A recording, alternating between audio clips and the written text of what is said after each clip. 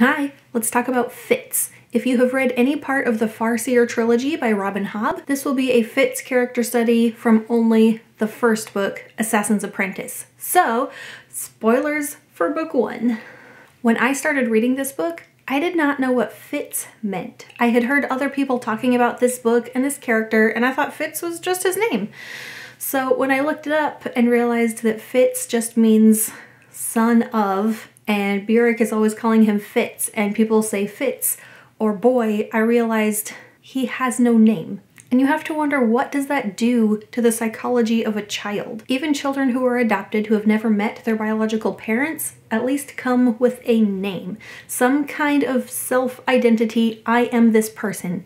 I am Tiffany. Fitz can't even say that. And the first really emotional thing that struck me about Fitz's character was that he couldn't remember his mommy. Later on, when he's laying in bed, so lonely, he remembers a feeling of warmth and comfort.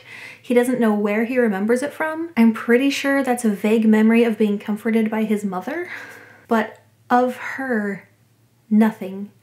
No memories, not a face, not a name. And this seems like such a tragedy. So for me, as a woman who is a mom of a boy, I cannot imagine my son not remembering me. I am the person in the world who loves him the most, and for him to not be able to remember me as he grows is like one of my biggest fears. And I'm sure that this had a bigger emotional impact on me because of already having a son and having another one on the way. So hormones, sadness. I will say it gave me a deeper connection to the book from the very beginning, and I needed to find out what happened to this lonely little boy who doesn't have his mommy. Towards the beginning, he has this one happy summer. He's allowed to kind of roam free. He goes and makes friends. He lives like this wild child life. He has his puppy Nosy. He has Molly and his couple of other friends whose names I don't remember. So while he's not really being cared for and loved, he has a certain amount of freedom and friendship for this one short little period in his life. But then once Bjeric, his caretaker, realizes what's going on, that is swiftly taken away, and little Fitz becomes more isolated and more lonely than he was before. Because it wasn't only his freedom and his friends he was taken from, but also the one little creature, Nosy, who's the only thing in the world right now who loves him. And the one human in his life right now who has taken him in and cares for his physical needs, he has a complicated relationship with. To Bjeric, Fitz kind of represents everything that he has lost in his life. Bjeric doesn't have chivalry anymore. He just gets the bastard son. Less good, less important. Bjeric has lost everything except for being able to care for animals, which he does still care about, but not as much. And Fitz, I don't think ever really loves Bjeric, but Bjeric comes to represent stability in his life, the person he can count on, the person who gives him a place to live and a job, and who shares his love and care for animals with Fitz. And to make it more complicated, Bjeric is the one who takes away the thing that Fitz cares about the most, which is Nosy, and tries to convince Fitz that he was wrong for having that close connection with Nosy. And clear up until the end of the book, Fitz goes through his life thinking that Bjeric has killed Nosy. And this heavily colors how he views Bjeric. That Bjeric would be willing to kill an animal rather than let Fitz use the wit on one. The loss of Nosy hurts. Nosy was the closest thing to Fitz at this point in his life. It's the only source of love he had in his life. But despite the complexity of Fitz and Bjeric's relationship, Fitz doesn't want to leave him when it's time for him to go and get his own room and get some training and teaching and kind of be a person of kind of royalty. Not because of any love shared between him and Bjeric. Bjeric and Fitz have become very used to each other and will miss each other when they're not as close. So Fitz is put into classes, but he doesn't make friends. He's just kind of an outcast everywhere he goes. He doesn't have a place that he fits in anywhere. And he does start to form another human connection with somebody. The next person that he begins to become close to is also the person who is going to teach him how to kill. Fitz starts to look forward to these nightly visits from Jade, not because he's excited about becoming an assassin, but for the human connection. Jade is somebody who treats Fitz and speaks to him like he is a real person. Jade couldn't care less that he's a bastard. He is also who orchestrates a little more freedom for Fitz. Fitz gets to finally go on some errands into town and reconnect with some of his friends from that one happy summer. A couple of his guy friends that he goes drinking with once in a while, and Molly. When they meet up, he finds that she is grown up more than he expected. She is responsible. She is interesting. And as they talk and they discuss Verity's upcoming marriage, Fitz basically reveals that Molly is like his ideal woman. Everything he describes about what he thinks Verity should value in a woman is what Molly is. Now this is one of those situations where it's like, okay, does he admire Molly because Molly is his ideal woman, or his ideal is shaped by Molly because that's kind of the only girl he's gotten to know and become close with? Probably a little of both, I'm gonna say. But Fitz is so young. She's a couple years older. Romance doesn't even enter his mind at this point, at least not until it's too late. And really, romance isn't what he needed from her anyway. He doesn't value their relationship because of any romantic connection or because she's a pretty girl, but because of the friendship they share. She is another person in his life that treats him like a real person. She values him for who he is. And she's kind of the only real friend that we see him have through this whole book. The only person who seeks out a relationship with him because she wants to, not because of any sense of duty or because she was told to. And that's gotta mean a lot. And even so, even though their relationship is based on friendship, it's a little hard during that scene when he comes to see her and brings flowers and she's walking away with another man. And that's the end. They don't reconnect anymore in this book. We just have to wonder. I've not read the next books, so don't tell me. I don't want to know yet if he finds her again. So Fitz is being trained as an assassin. He's learning how to kill people for political reasons. And he gets sent on his first real mission without Jade, or so he thinks. I suspected something weird with Lady Time. I'm sure you probably did too. And on this mission, he technically succeeds. He doesn't kill anybody, but he accomplishes his task. And I was kind of disappointed in this part of the book.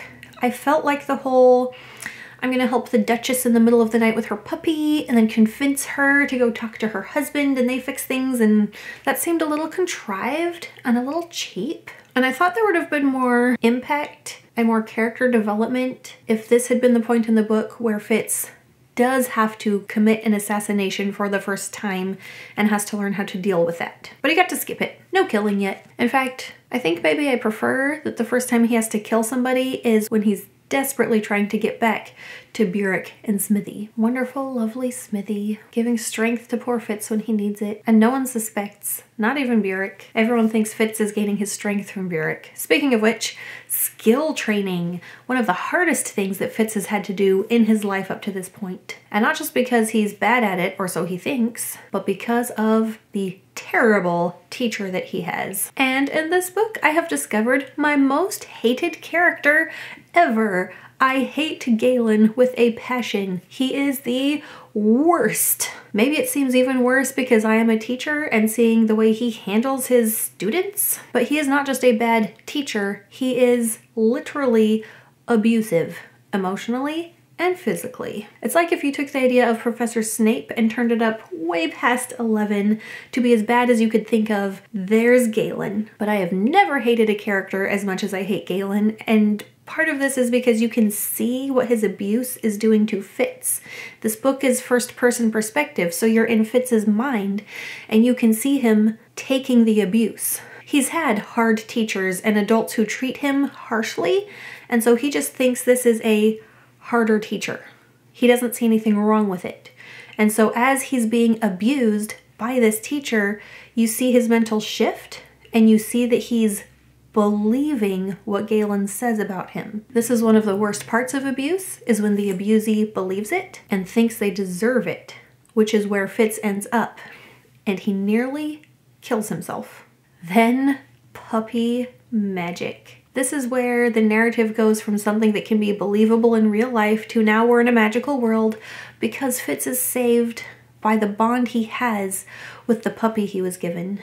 Pure puppy love pulled Fitz back from trying to commit suicide. And if only bjeric knew the power of that love and of that bond that they had, maybe it would have helped how bjeric views the power of the wit. I don't know. But people like Galen, who kind of understand how this skill works, think that Fitz is drawing strength from bjeric. They don't know that he can draw strength from the bond he has with this animal. Galen can't understand why Fitz is still alive. It makes no sense.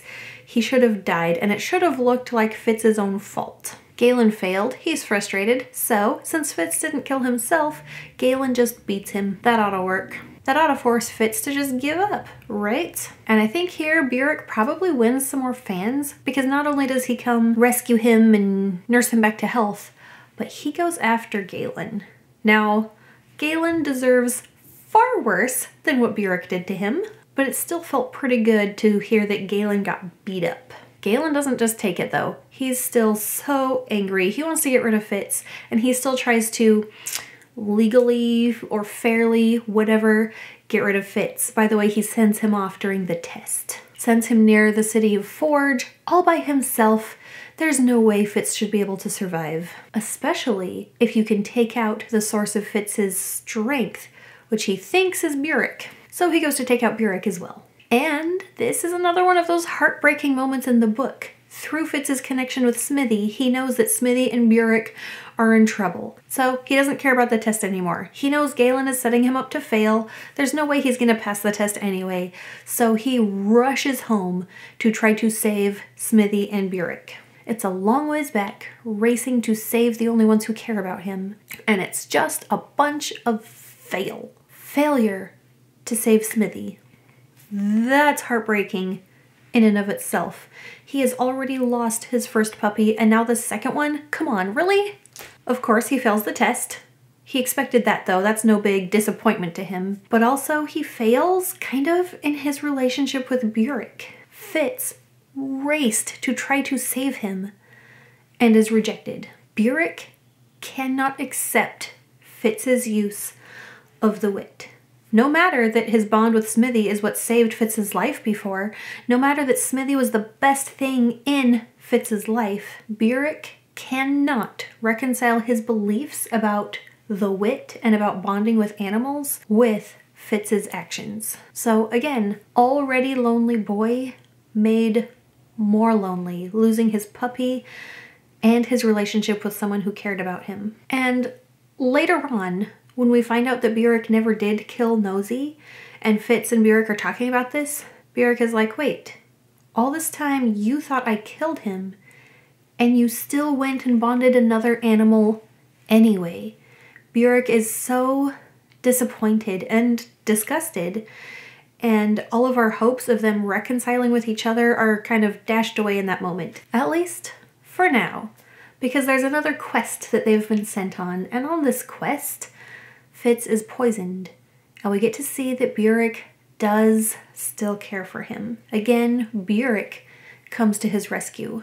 And we come to kind of a poignant moment for bjeric. And bjeric has to decide what's more important to him, his beliefs concerning the wit, or his love and loyalty for chivalry, and thus chivalry's son. And I am so glad that in this moment bjeric shows his quality by standing by Fitz, and even offering to be king's man for him, for Fitz to try to draw strength from, to use the skill to try to save Verity.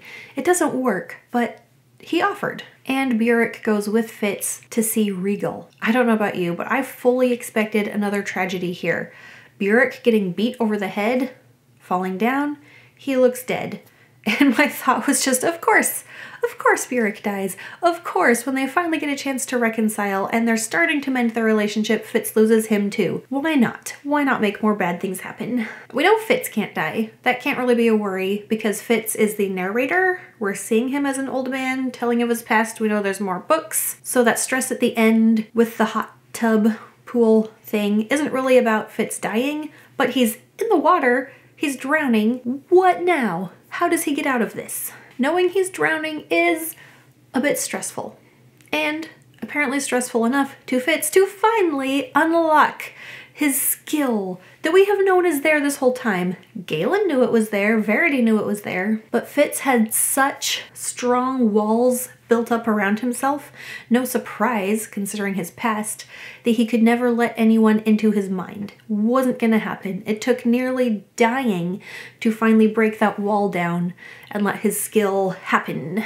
And through this moment of near death, nearly drowning, and through the strength of Fitz's skill, we get a pretty strong and satisfying climax to the plot in the book. We get to save Verity, we get to see Galen get what he deserves, and we get to see Fitz finally come into his power that we have known all along is there, we just never really got to see it blossom. But I think more satisfying than the end of the plot in this book are the personal resolutions for Fitz.